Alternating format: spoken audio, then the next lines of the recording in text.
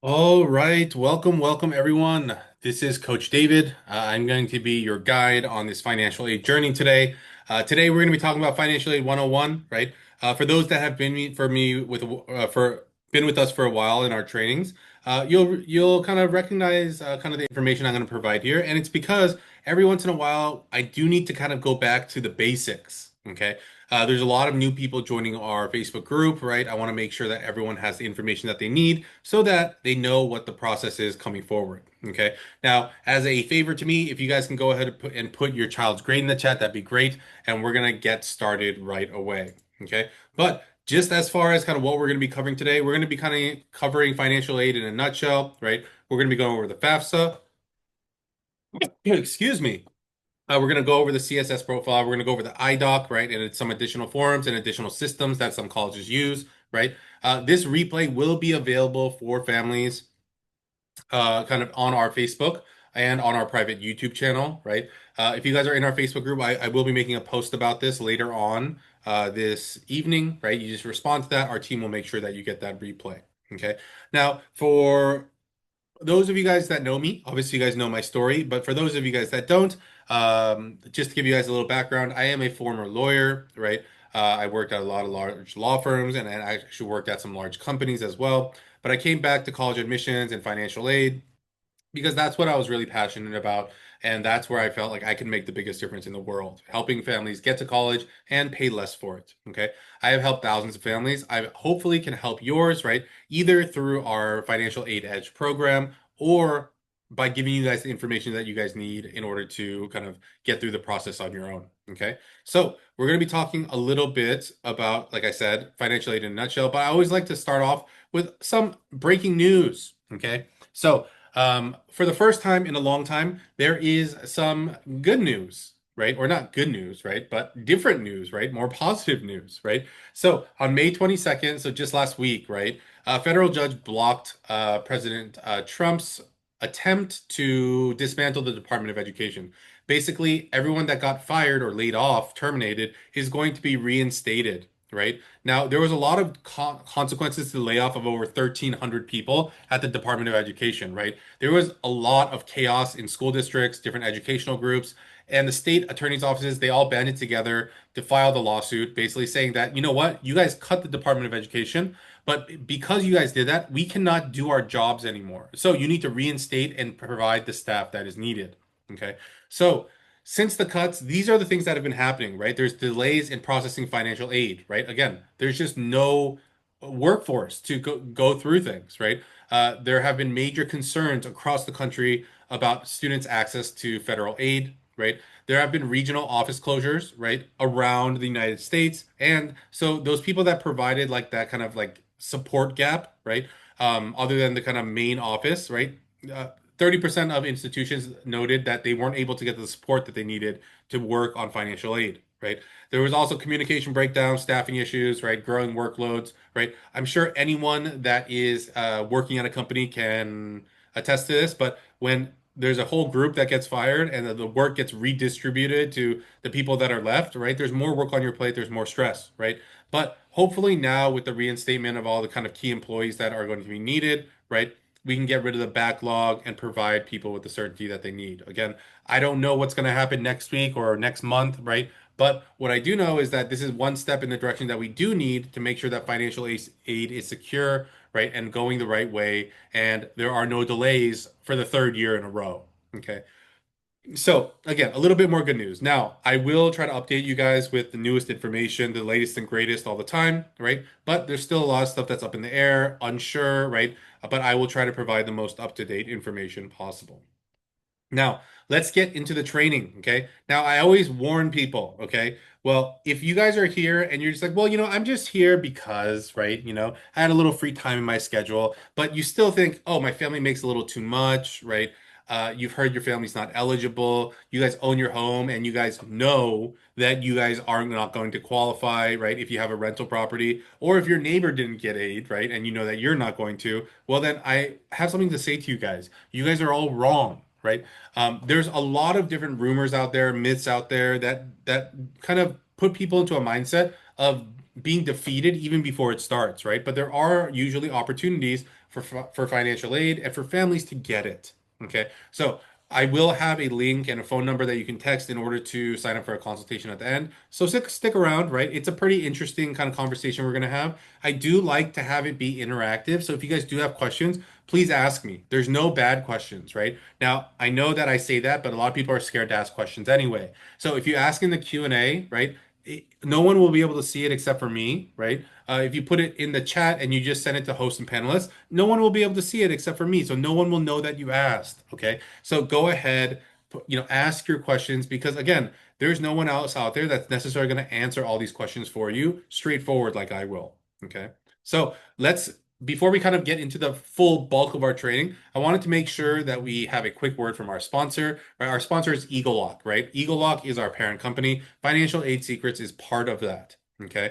Now, one of the things that I always tell parents is yes, paying for school is one thing, but first we have to get in. That's what the college application intensives are about, right? So our college application intensive have already started, right? They started since April. We've had a lot of students go through it, and our students are making great success on their college application essays. Okay. Now we have two pieces to our college application intensive. The first one is a 1 day event called Kickstart, and the second day is called Accelerator. Okay. Both are made to get the students further along in the process, and the Accelerator is hopefully there to get your students to 4 final drafts of their PIQs for the UCs and their personal statement for their Common App. Okay. If you guys are interested, go to collegeappintensive.com. I will also have a link and a phone number that you can reach out with so that you guys can learn a little bit more from our team.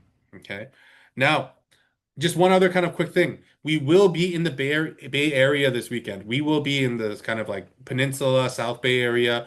We are going to be in Mountain View. Okay. If there are families that are like, you know what, I want to meet Coach David in person this weekend, right? Reach out to me, right? You can reach out to our email, right? And you can have an in-person consultation.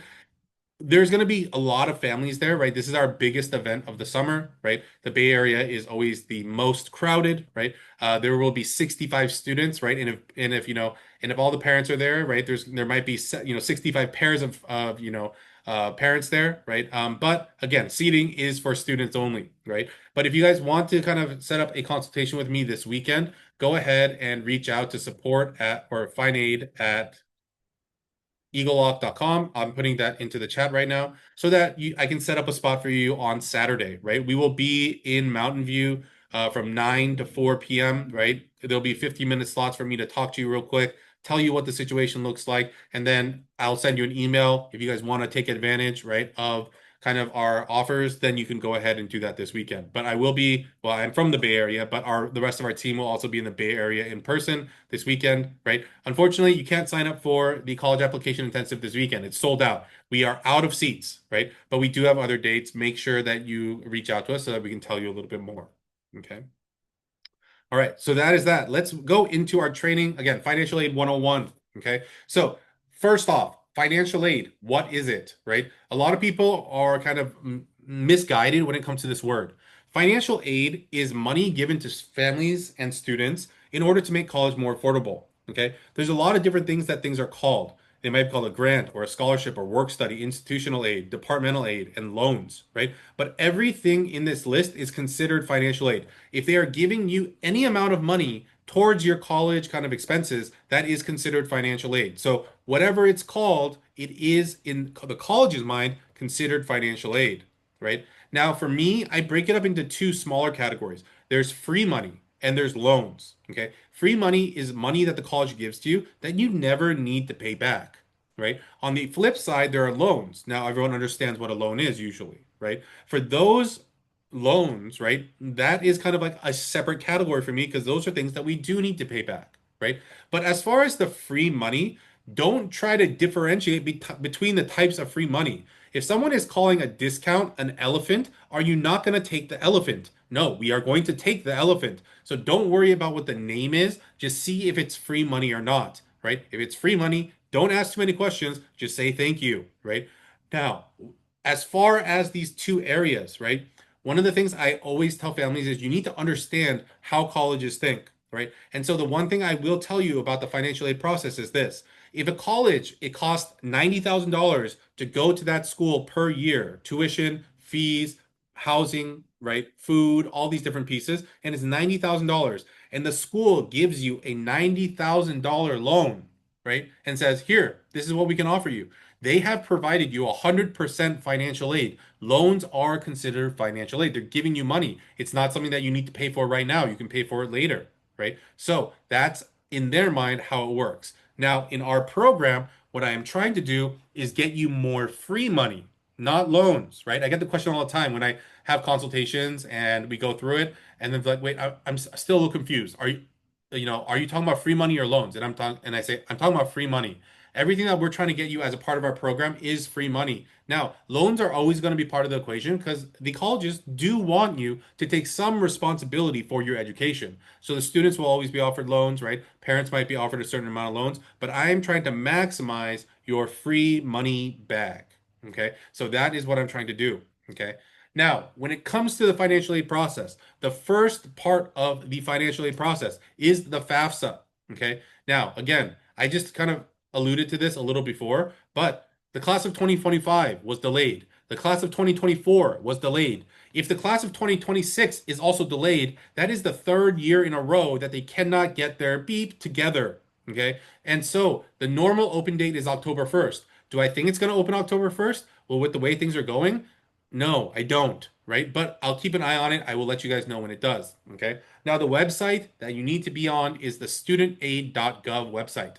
The reason I tell you the exact website is because there's a lot of spoof kind of websites out there. Oh, it's like studentaid.com, right? And it takes you to a place where you enter your personal information and then it sends you a bunch of like weird scholarships and things like that. And they ask for your credit card information. That is not what the FAFSA looks like. It is a free thing. You never need to provide credit cards or anything like that. Okay. I've had a bunch of families reach out saying, hey, they asked for my credit card. What's up with that? And I'm like, you're on the wrong website. Okay. So keep that in mind. Now, what do you need to fill it out? You need your appropriate year tax return. Okay. Now, the appropriate year tax return for your student is the tax return for 2 years before the year they're going to graduate.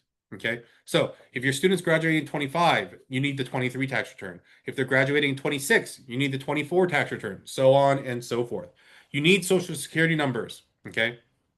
You need the parent social security numbers. You also need the student social security number. Now, one of the things that I always ask students and parents to do before they start filling out forms is make sure that you have the right social security number. I've had situations where parents could swear that they knew their social security number and their student social security number by heart, right? And when we actually checked it against a social security card, it was actually wrong. So make sure you check those numbers. You also will need an email that you check regularly, right? You'll need one for the student, you'll need one for the parent. You'll also need two separate distinct phone numbers that can receive text messages, one for the student, one for the parent. Again, it's for like the two-factor authentication, right? They need separate emails, separate phone numbers. So if you wanted to kind of create everything under your account parent, unfortunately, you're not going to be able to do that. You do need to have another phone number there. Okay.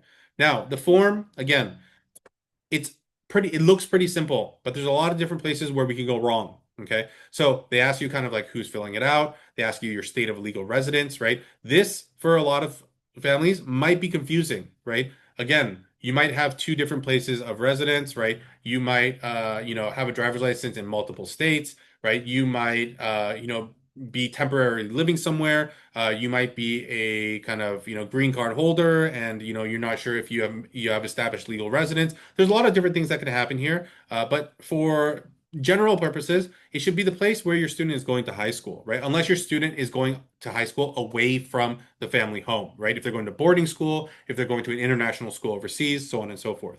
Okay. This part is also another part that needs to get done. You need to provide consent to link to your account to the IRS, right? They're going to ask about your school or like kind of your kind of college plans, right? Are you a first year, second year, right? Or a junior or senior, right? And also, will you have your first bachelor's degree? The reason why they ask these questions is to see if you are an independent student or a dependent student, right? But most students that are in our programs are students that are going through their undergraduate degree for the first time. Okay. They also ask about, personal circumstances, right? If you're ward of the court, a veteran, if you were homeless at any time, things like that, right? Again, another homelessness question here, right? This part has changed. right? So the federal government has mandated that there are only two genders on any federal forms now. So the only options that will be available to students are male and female. Non-binary and prefer not to answer will no longer be available to students. Okay. They'll ask about race and ethnicity. Again, a lot of parents are always like asking about the race and ethnicity parts of the FAFSA, about on the application. Those are just used for survey purposes. They are not part of your application. They don't have any effect on the way that your application is processed. They're going to ask about kind of the different citizenship statuses, right? So again, for kind of FAFSA, there's kind of different categories of people that may be eligible, right? So there are U.S. citizens or nationals, right? So again, if you were, born here or naturalized, right? Either way, right? That's U.S. citizen or national. Eligible non-citizen may be someone that is on a particular visa type, right? A refugee, so on and so forth, those types of situations, right? And then neither U.S. citizen nor eligible non-citizen. These are usually kind of the students that are part of the deferred action plans, right? And they have been given status because they were brought over as children. They didn't really have anything to do with their parents, coming to the United States. Okay, and not, and coming and not having an immigration status. Okay, so there's different people that are eligible, right? So just because you are in a certain situation doesn't make you ineligible, but we have to look and see which category you're a part of. Okay. They're also going to ask about, high school completion status. They'll ask about tax returns. Usually our students don't have tax returns. Just because your student works doesn't necessarily mean they have a tax return. It's only after they've made over $14,000, roughly speaking, that they will have to have like their own tax return. But usually parents file kind of that income under their own taxes. Okay.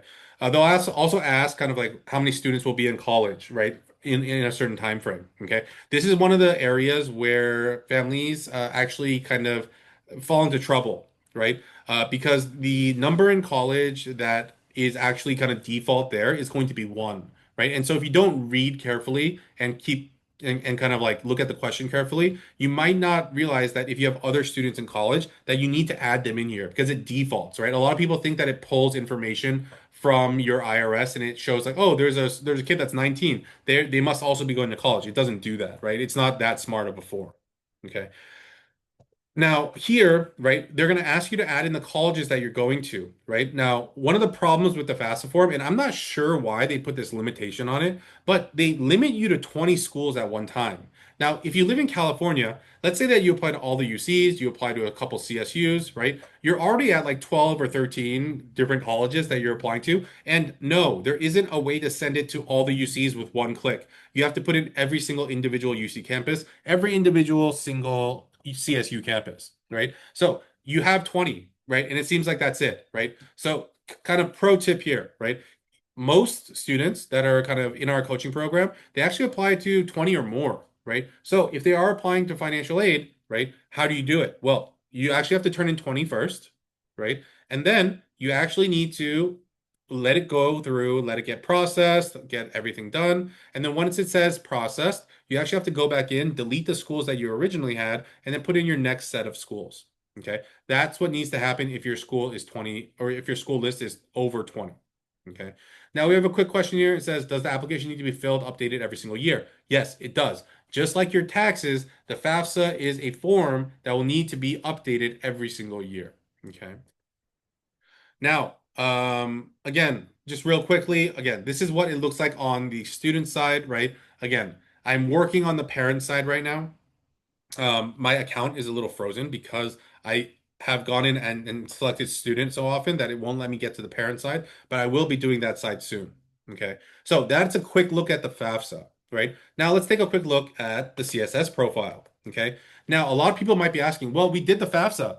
And when I went to college, that's all we did, right? But here is the thing, right? College has changed since you have gone to college, parents, right? It's been a long time, right? I don't want to say the exact number of years it has been since you have graduated from college, but things have changed, right? So the CSS profile is an additional form. Now, the CSS profile is a form, right, for colleges themselves to see what they can do for your family out of their own pocket, not out of kind of like other pots, like not from the state government, not from the federal government. They're looking for what can they do from their own pot of money to make it easier for you to choose them. Okay. The CSS profile stands for the College Scholarship Search Profile, and it connects colleges and students to see what they can do beyond the federal and state levels of aid. Okay. That is why this form needs to be done, right? Now, does everyone need to do this form, right? Not necessarily. It's only if the colleges ask for it, right? Now, that's why this process is so confusing. Some schools ask for the FAFSA. Some schools ask for the FAFSA and CSS profile. Some schools ask for the FAFSA, CSS profile, and IDOC. And some schools ask for FAFSA, CSS profile, IDOC, additional forms, and other forms that you need to fill out. Okay, so there's a lot. Okay, now as far as the CSS, I also want to give you a quick view here, right? So there's terms and conditions you have to do. They're going to ask for your name. They're also going to ask you for your preferred name, right? So again, if your name's Jonathan, but you go by John, right? That might be something that you want to put in here, right? It's just about how they reach out to you. Okay.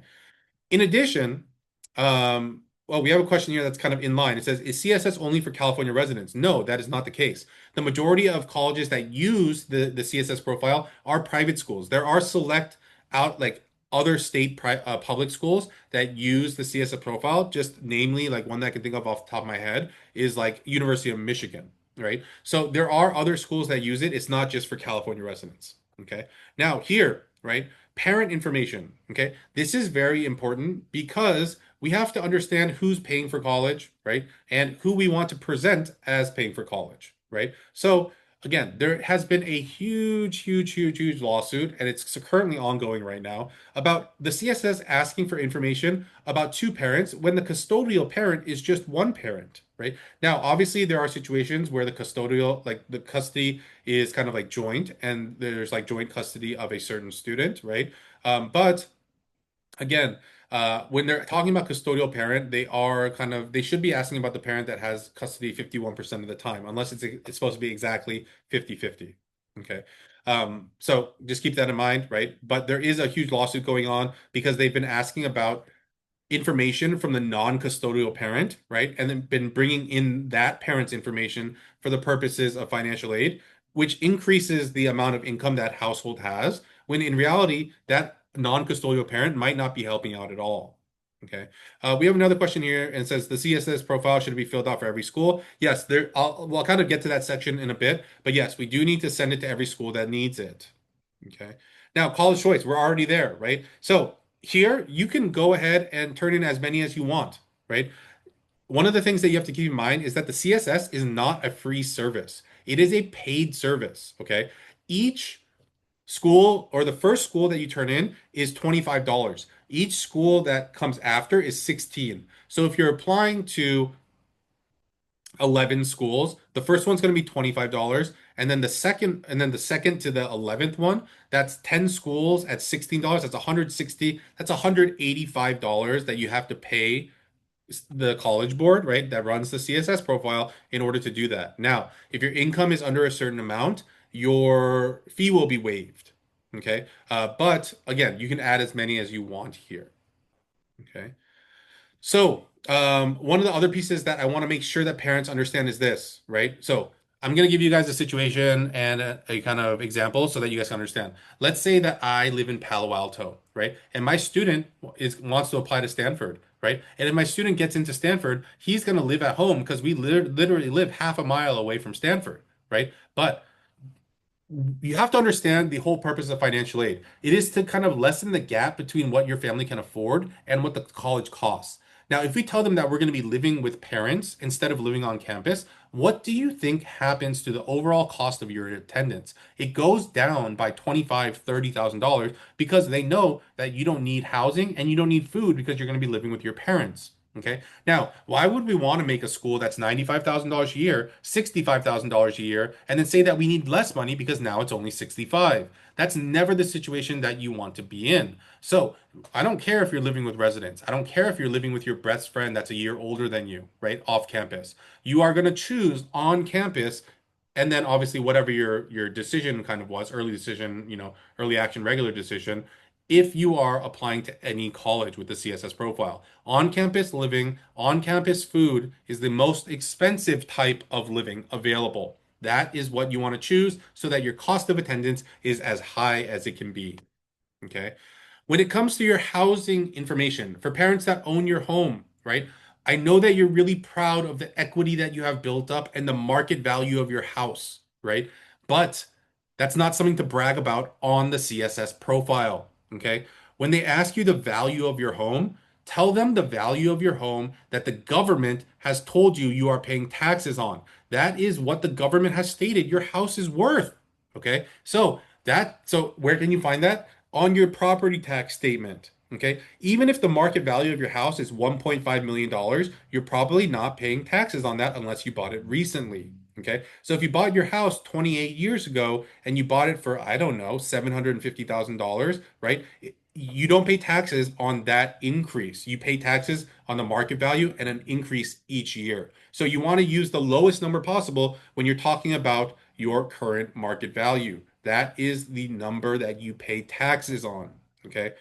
So keep that in mind there. Okay.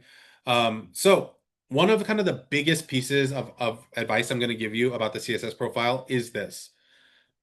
There's only about 5 questions that are required on the CSS profile. The other ones, it's just asking you to volunteer information.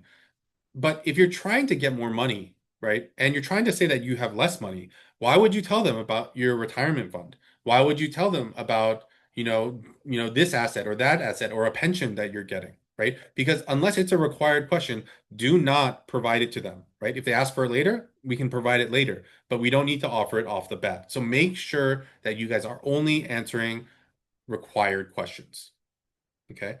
Now, they also ask about student resources and kind of like other pieces of the pie, right? That they are going to be getting, right? Like, oh, is David going to have a job, right? Is David going to get any other earnings? Is our parents going to help or this or that, so on and so forth. We want to put zeros across the board, right? You're going to be a mean parent, you're going to be a mean uncle, mean aunt, mean grandparent, right? We want to show that we have the least resources possible. There's no problem about this, right? Again, maybe I changed my mind. Parents, you're going to give zero, but then when school's about to start, you're going to give them 20,000. Whatever the situation is, on this form at least, you can put zero across the board. Okay. So, quick takeaway again, do not volunteer information. Answer the basics, and then if they ask later, provide it later, right? The CSS is more than what I just showed here, right? Again, I just pulled out some of the more important areas so I can kind of point out some things to you, right? And if anything is kind of like a little complicated, things like that, make sure that you talk with me about your situation so that we can figure out the best options for your situation. Okay. Now, another piece of the puzzle is also IDOC, right? Again, this is another system that's run by College Board, right? This is where you turn in additional documents, right? There might be a tax return that you turn in, or W-2, or non-custodial parent waiver forms, or different letters, right? Be aware, right? Not all colleges that use the CSS profile are part of IDOC, okay? So again, I told you, some colleges want this, like part one, some people want part one, part two, some people want part one, two, three, right? So it just adds on, right? There's some colleges that want four, five, six, seven different things, right? So just keep that in mind. Okay. Now, the quick way to find out if your school is a school that requires all these different pieces, right? Everywhere requires FAFSA. That is a given, right? But if you go and actually type in CSS participating institutions on Google, you'll actually be able to see like a full list of all the colleges that require the CSS profile. If you actually go and look a little bit closer, you'll see that here, there's also like a way to see if they ask for IDOC, right? And you can click yes or no, and then you'll be able to filter, right? Not that we're necessarily choosing colleges by what they ask for, right? But it's good to know what they will be asking for so you can prepare. Okay. Now, this is not the end of the story. There's like a bajillion other things that could happen, right? So you have to be searching in all these different places to see what additional information they want. So it could be on the student portal, it can be on different, like it can come to your email. There might be something that they say that you need to do on their website, right? But they make it purposely hard so that people miss out on financial aid, right? I'm going to give you some examples of different schools that have very complicated processes, and again, if it wasn't for me sometimes, families wouldn't be able to navigate the process, right? So let me give you an example. USC. USC makes you turn in FAFSA. They make you turn in the CSS profile. Then they have you log into their own kind of system and use a process called FAST in order to kind of like submit documents and turn in other things instead of using IDOC, right? Again, I think there's like a lot of economics at play here. They're probably paying a lot to use IDOC, so they decided not to use IDOC, so they create their own portal, right? But again, this is a separate portal from anything else that you're working on, FAFSA or CSS. So there's three different portals that you need to do. There's probably about 10 to 12 different documents that you need to turn in. Okay. Baylor, right? Baylor requires the students to just turn in FAFSA, no CSS, and then upload documents through their own specific financial aid portal. Okay. Now think that you're applying to 20 different schools. How many of them can you be sure about what the financial aid process is? Well, usually for more common schools, if I had 20, I could tell you exactly what the process is at the different schools, right? But again, Baylor is another school that has their own process. Princeton is kind of like one of the worst ones I've ever seen. They make you do the FAFSA, they make you do the CSS profile, then they make you go onto their student profile, turn in tax documents, then they have another form that looks exactly like the FAFSA that they have you do again and turn in on the student portal, right? It's like, how more convoluted do you want to make this process, right? It just seems like every school is like vying to make theirs the most convoluted, right? But takeaways, right? This is not an easy process. Okay. Again, if all the schools use the same system, same forms, same portals, things like that, then I wouldn't even be here, right? The process would be simplified enough that parents and students could go and do things themselves, right? But it is not that way. So you have to stay vigilant so that you can make sure that you get the aid that you deserve. Okay. Now, a little bit about why we're different and a little time to brag about financial aid secrets. Okay. We don't tell you to buy things or like, insurance vehicles, annuities, things like that. I actually got approached by it's like someone texted our line today and was like, yeah, can I talk to you? And so I gave him a call, right? It was another kind of like person that sells life insurance that was trying to sell me on, hey, make people join your program, buy my life insurance policy or this or that, or like, in this way so they can lower their income. And I'm like, no, I don't need that. Right. We take you as you are, right? I also don't make it a condition that your student needs to be a 4.5, 1500 plus student on their SATs, right? I also don't force you to apply to colleges that you would never want to go in the first place, right? Now, if you guys want suggestions about schools that have been more generous and less generous, sure, I can provide those, right? But again, the schools that you want to go to are the schools that you want to go to, okay?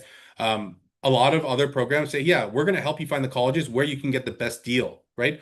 I can find you guys the best deal, no problem, right? But you're not going to want to go, right? I know that the families that are coming to our coaching programs, I know the families that are coming to our financial aid programs are families that are, looking for help, but they know that they have high expectations, right? And so again, the schools that I know that I can get, 50, 60, 70, 80, $90,000 a year, you're not going to want to go to them. Okay. So come one, come all, right? We can find solutions for your family in most situations. And if there is no like opportunities for your family, I'll tell you straight up and you don't have to worry about it anymore. Okay. Now, some of our recent results, right? Again, this family, we were able to get them, like 30 to $40,000 at multiple different schools, right? Their family makes around 350. This family made right around $230,000. We were able to get them right around $40,000, right? This family went to Baylor, right? $437,000, own their own home. They have, their own business, right? I was able to get them $42,000 a year. So the results aren't just kind of like things that I kind of throw out there. They are on paper. They are kind of right in front of us, right? The results are here. Okay. So again, I want to make sure that we give you guys opportunities to reach out to us. Okay. So if you are interested in talking to us, go ahead, text money to 949-775-0865. Or if you're interested in our college app intensive or our coaching programs, text 949-775-0865 and just put college in that text. Okay. You can also book straight with us, for our kind of, assessment calls and for our financial aid consultation with the QR codes that are there as well. Okay. But if you do want to meet me this weekend in person, right, you have to make sure I'm not AI and I'm a real person. Go ahead and reach out via email, and then I'll find a spot for you so that we can go ahead and make sure that you're all set. Okay. So it's just FinAid, like financial aid, right, at egelloC.com. Okay. But if we do have questions, I do want to open it up for questions as well, right? Go ahead, put them in the Q&A, put them in the chat. I will answer them, and then we can kind of get on with our evenings. Okay. So I will kind of wait for some questions, right? I'll give it a minute or two. But make sure that you take a screenshot of this last page. It's probably the most important page because it's how you get in touch with us, right? Our email is also in the chat right now. You guys can reach out there as well. Okay.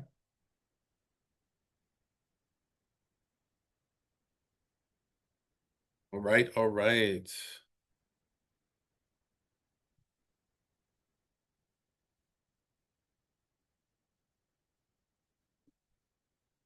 All right, we have a question in the Q&A and it says, is there an income limit, right? So generally, no, right? But I usually tell families, like if your family is making upwards of seven, $800,000 a year, I probably can't help you, right? But if you're somewhere under that, then yes, usually I can, right? So, if you're kind of getting closer to that $1 million mark, I probably can't do anything for you, right? But I mean, I can definitely try, but it's not going to be beneficial for me for sure, right? Because obviously, we have a money back guarantee. If I'm not successful, I just give you your money back, but I can definitely try for you if that's something that you want. Okay.